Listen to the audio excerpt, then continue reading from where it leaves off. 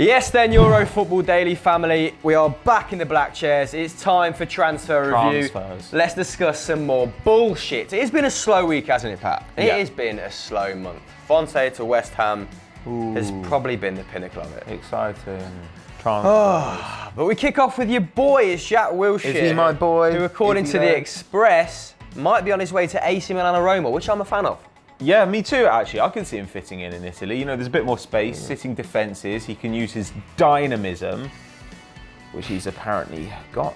Look, his contract's up in 2018, and apparently Milan and Roma both want him. I can kind of understand that. You know, they maybe want to rejuvenate that midfield, and he can play a variety of roles. He can play as a deep playmaker, as long as he's got someone who's going to do all the tackling for him. He can play as a central midfielder, as long as he's got someone who's going to do all the tackling for him. And he can play as a number 10, as long as somebody does the tackling for him and the playmaking for him. This comes to us from the Express, so, you know, make of that what you will. And they've quoted Calcio Mercato, even more reliable, who say that AC Milan's new Chinese owners are planning a host of marquee signings in the summer. And Jack Wilshere is apparently one of them. Juventus have been pulling ahead of these sides for years. Their spending power far outstrips that of their rivals. And so it makes sense that these teams want to make a splash in the market. They've decided to make a splash with Jack Wilshere. Unfortunately, the article also claims that Pep Guardiola is considering Jack Wilshere as a long-term replacement for Yaya Toure. Interesting. I look at the two of them, the way they play the game, and I think indistinguishable from one another. Exactly the same. Sarcasm. Neither of them can run at the moment. I suppose that's a similarity. Look, but the thing is about Jack Wilshere, I'm being down on him, but he is a very, very talented player when he's on the pitch. The problem is that in the 2 seasons before this one, he'd made 10 starts for Arsenal, which is, I'd say, on the low side, not good. This season though, 17 starts for Eddie Howe's Bournemouth. So clearly he has to some degree shaken off those injury problems. And if he sees out the rest of the season, then Arsenal may well think this is the best time to sell him because he's literally never going to be fit again. Yeah, and he is playing well for the Cherries, isn't he? Let me take you through some of his stats per game. He's averaging 1.5 key passes, not bad. 42 completed passes, that's not too dissimilar from David Silva at Manchester City. Exactly like And 3 dibbles? 3 dibbles. Dibbles is the name of my cat. No, 3 dribbles, which is more than the likes of Alexis Sanchez and Pedro, which is probably the most impressive stat. But where does he fit into either side, Pato? Where does he fit into AC Milan and Roma? Because AC Milan, they play a 4-3-3, don't they? Right. And he would have to replace Locatelli at the heart of that midfield. The 19-year-old Italian prodigy got off to a flyer with 2 goals early in the Serie A season. Hasn't hit the same heady heights since, but I can't see the natives taking that too well. Replacing the future of Italian football. Jack Wilshere replacing the future of Italian football at the age of 25. And at Roma, Spalletti's Roma, they play a 4-2-3-1. But De Rossi and Strootman are those deep-lying playmakers, aren't they? Nainggolan as well. Nainggolan. De Rossi, I mean, he's 34 next season, so maybe they're worried about rotating him, keeping him fresh. But in Italy, we know that you can play until your late 30s if you've got that skill set that De Rossi's got. His timing's incredible, his passing's, you know, he's a metronome, he's a leader. So I'm not quite sure where he fits into either side. We understand he's valued at about £18 million on Transfermarkt, which is actually his lowest valuation since 2012. Probably a fair valuation. He was valued about 28 million in 2014. So you'd have to take a bit of a cut price deal on him. But would you let him go for that fee as the Gooner fan? I think that you'd probably at this point take the money and run.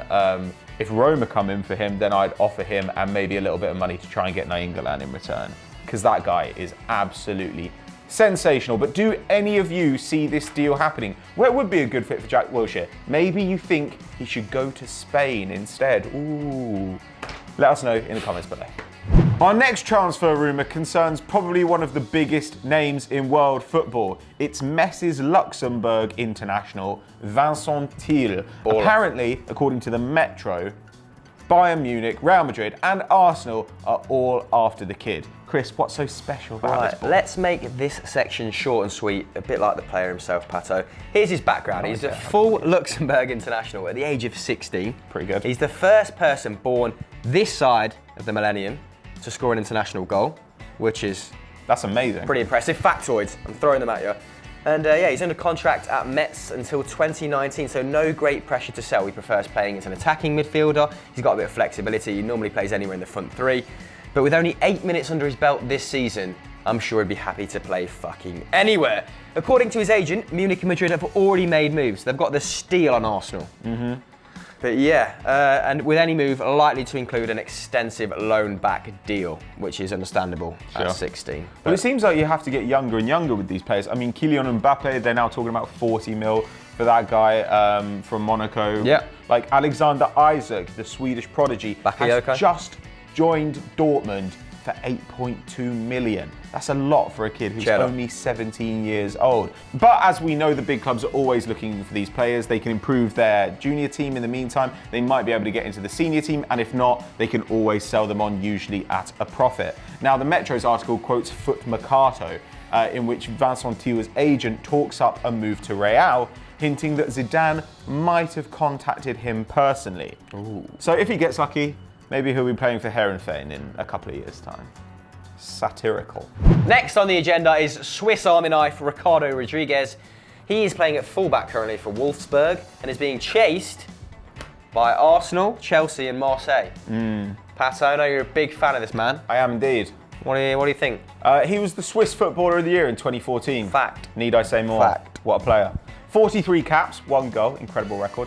Look, he's an absolutely outstanding fullback. He's really big and strong, he's creative as well. Arsenal were supposedly looking at him last summer when we were thinking about maybe shipping out Kieran Gibbs. There was the thought that with Granit Xhaka arriving, we might go Swiss altogether, but we decided against it in the end. But with Nacho Monreal getting older this season, it's possible that we would go back in for him.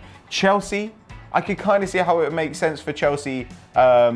He can play left back, he can play left wing back, he could probably play on the left of a back three. Conte system well, wouldn't it? But then you do look at that back line and you think, well, Zuma's going to come back to fitness, Christensen's going to come back to the club, Ake probably won't go back out on loan next season, and you start to wonder where exactly he fits in. £21 million is the mooted fee. That's a lot for a guy who's going to be on the bench. So yeah, Chelsea are well stocked. Arsenal, perhaps not as much.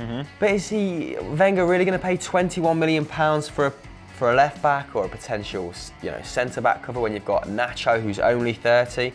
I know you've said he's slowing up, but surely someone like Bernat from Bayern would be better cover along that back four. If we could get Apparently he's going on a free this summer. Apparently his contract's up.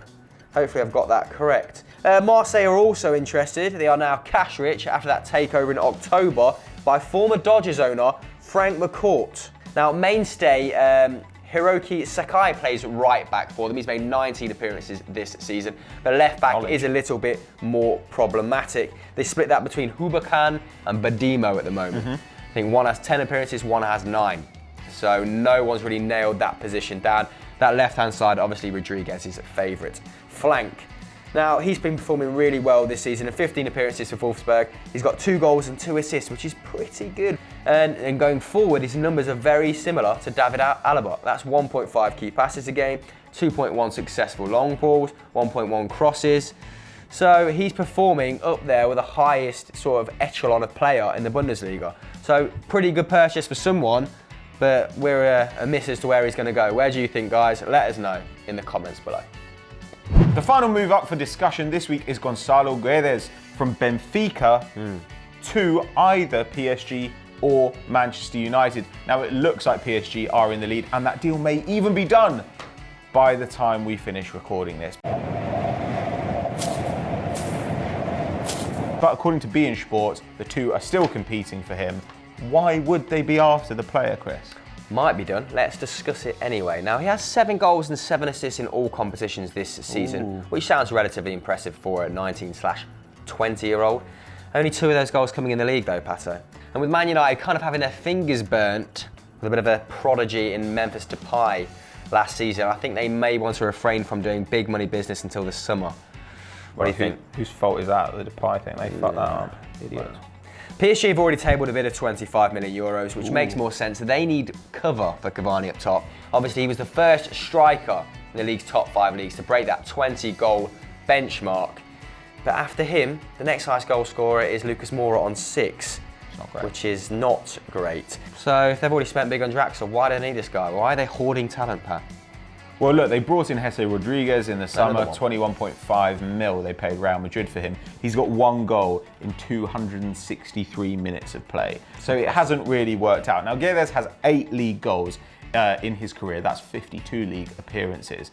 So he's not exactly setting the Liga NOS afire. So we will see if he could make that leap. Now, Jean-Kevin Augustin, who's one of PSG's young prospects, he's got 1 goal and 2 assists in 190 minutes of play for PSG this season. Now, that's kind of what you expect when you come into a team like PSG, which is incredibly talent dominant. Then quite often you see young players putting up huge numbers. In fact, Jesse Rodriguez did the very same thing at Real Madrid last year with 6 goals and 6 assists in about 1,200 minutes of league play. So often that happens. Now the thing is, we don't really know a lot about Guedes, and it's a huge amount of money, 25 million euros. Let's have a look at his stats and see what we think. 2.2 shots a game, 1 dribble, 1 key pass. These are fine, they're reasonably solid, but at the same time, they're not exactly going to change the course of the title race. You look at somebody like Memphis Depay, who's gone to Lyon, that looks like a much more intelligent signing. Now, he missed Benfica's game against Tondela at the weekend, so it may well be that this has been kind of playing on his mind. The manager has decided to take him out, and Jorge Mendes is the guy brokering the move, and as we know, when he decides that a transfer is happening, it tends to get done. But what do you guys think? Is he going to be a good move for PSG? Will PSG even win the Ligue 1 title this season? Let us know in the comments below. Brace yourself, Pato. It is time for the transfer shocker, my friend. Oh, cheap graphic playing on screen. Now, it was going to be Julien Lescop. You know, that promising young French defender. Moyes' desperation really knows no bounds. He gets to be at the 20th best team in the Premier League. Yeah, there you go. Probably on a fair wad. But we're making special dispensation this week for a quite frankly disgusting article that you may or may not have seen from the Daily Star about Ryan Mason's head injury, which reads as follow, Pat. It's fucking heinous, despicable journalism at its nadir. Please take us through it. It says Ryan Mason head injury, meet the stunning wag at Hull Star's bedside. Firstly, don't say wag, it's fucking gross. And also, she can't be a wife and girlfriend. She's one or the other. Secondly, no, don't meet her. Leave her alone. She's trying to look after her boyfriend, or I think her fiance actually, who is in quite a serious condition. Yeah, do you think head injury really does that justice, Pat? Head injury. He had a bleed on his brain and he was fighting for his fucking life. But don't worry, because we found the Instagram account of his girlfriend, so go on there and maybe there'll be a photo of her in a bikini. It also says the stunning girlfriend of stricken Hull star Ryan Mason is among well-wishers expected to be at his bedside as he recovers from a fractured skull. What they mean is we can't get into his hospital room because parasites are screened out in hospitals. And so we just think that she'll be in there, but we don't actually know shit. But much to their credit, note the sarcasm, they did change the headline, Pato, after a bit of a furore. It has now been changed to Ryan Mason's stunning fiancée at Hull Star's bedside after horror skull injury. So they have at least elaborated on his injury before talking up his girlfriend as he lays unconscious on a hospital bed. So well done, you know. Found some modicum of humanity somewhere. Again, note the sarcasm. I'm fucking out. You're disgusting. So, what another scintillating episode of Transfer Review. I'm going with it. I'm going with it. In this dry January, have we missed any transfers, any obvious ones, any not so obvious ones? Let us know, guys, in the comments below. Pat, 1 more week left. 1 more week. Our next one will be a wrap-up after transfer deadline day. Build Who knows? that wall. Don't say that. Maybe there will have been a transfer that somebody cares about, but probably there won't have been. Probably not. Look forward Awful to January. that. That's because it's an awful time to do business, isn't it? Well, yeah. So, yeah. Anyway, This was pointless. subscribe or something. Bye. Like that. Bye. Cool.